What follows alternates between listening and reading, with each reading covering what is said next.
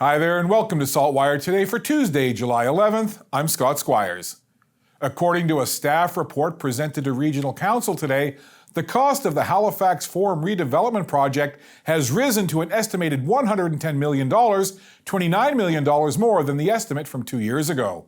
The redevelopment plan includes expanding the Forum's multi-purpose space, adding community green space, and reducing parking. To offset the price tag, the city is considering selling off a section of the parking lot near Yonge and Windsor Streets to developers. It would be cheaper to demolish it, but council has directed that the project must be a refurbishment of the heritage building instead of a demolition. Jen Taplin will have more on this at saltwire.com. CarbonCure Technologies of Halifax, a company specializing in carbon dioxide removal technologies for the concrete industry, announced a $100 million investment round led by Swiss-based Blue Earth Capital. The funding will accelerate its mission to reduce and remove millions of metric tons of carbon dioxide emissions from the atmosphere each year. CarbonCure's process helps concrete producers deliver lower carbon concrete and has sold more than 750 systems to date, saving about 290,000 metric tons of carbon dioxide. We have more on this story at saltwire.com. You may notice a bit more hustle and bustle in the city this week as the Halifax Jazz Fest kicks off today. It's good news, especially for local businesses. Matthew Hebert has more. Kyo Kitchen is a small restaurant on Barrington Street. Sake and Japanese dishes are part of the experience, but it wouldn't be complete without jazz, which is hosted weekly. When we were looking to, start kind of a weekly event to bring people in, I felt like jazz was just the right fit for it. There was something about, slurping ramen and drinking cocktails that just kind of worked, and the acoustics in the space are also really nice. It's the first time the restaurant is hosting performances as a partnered stage for Halifax Jazz Fest. This means potential to attract new customers, bringing them back for jazz and food throughout the year. We would still run our regular jazz show, but it kind of got overshadowed by Jazz Fest, so we're really hoping that this brings people to the location and people really see this as kind of a hub for jazz. The festival is also partnering with local businesses through a program they're calling Friends of the Festival. It will allow Jazz Fest pass holders to receive discounts and special items at partnered restaurants, bars, and cafes. Yeah, I'm excited for literally every single part of it.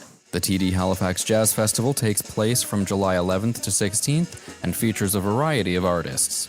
For more information, visit their website online at www.halifaxjazzfestival.ca.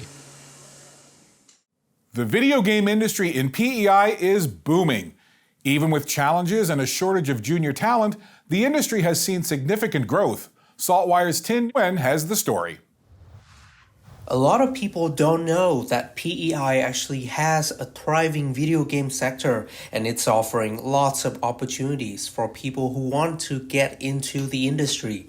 That's according to Ryan Filsinger, who has been in the industry on PEI for about 15 years, and he's currently the CEO of Iron Fox Games. Founded last year, the company primarily focuses on project-based work, where larger video game developers can hire them for tasks that require a quick turnaround, such as designing the elements within a video game. Phil Singer says he noticed a trend in the video game sector in PEI, where experienced senior professionals were often hired. But there's now a shortage of fresh faces who can bring new perspectives to the table. We are now open to hiring more students, and we're ensuring part of Iron Fox's vision is to invest into the next generation of game developers. So we're looking for people who are fresh out of school to help bring them in and help us build out our games. Phil Singer says there are a lot of perks to working in the video game industry. Graduates can earn a good salary right after completing their studies, and many companies, including his own, offer the flexibility of telecommuting, although the company still has a physical office in downtown Charlottetown. That allows for people to come straight out of school, make a living wage, and be able to work on a schedule that works for them. Phil Singer says the company is currently involved in 11 different projects with various game developers in the US that has allowed the company to hire up to 22 staff members, with 10 in Charlottetown and the rest across Canada. In Charlottetown, I'm Tin Nguyen for SaltWire. It's time for today's weather adventure, and SaltWire weather specialist Allister Aalders is on the Chain of Lakes Trail. Allister? Well, there was certainly lots of fog and drizzle to be found today in Halifax, Scott, and we also had a frontal boundary moving across the province, so that did bring a chance of showers and a risk of embedded downpours and some thunderstorms. But as this front clears off towards the east tonight, we will see improvements to the forecast.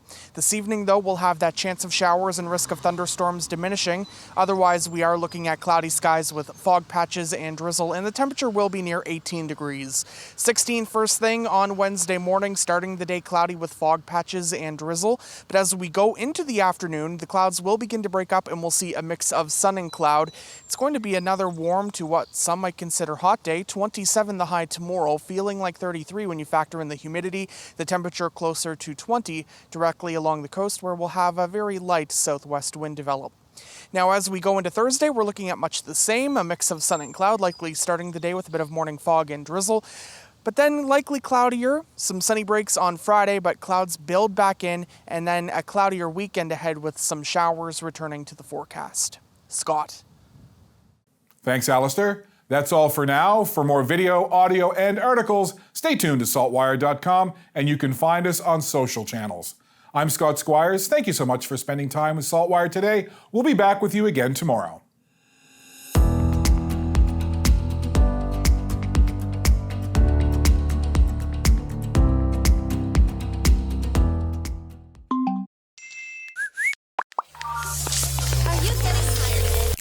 Turn off the noise. Tune in to what matters.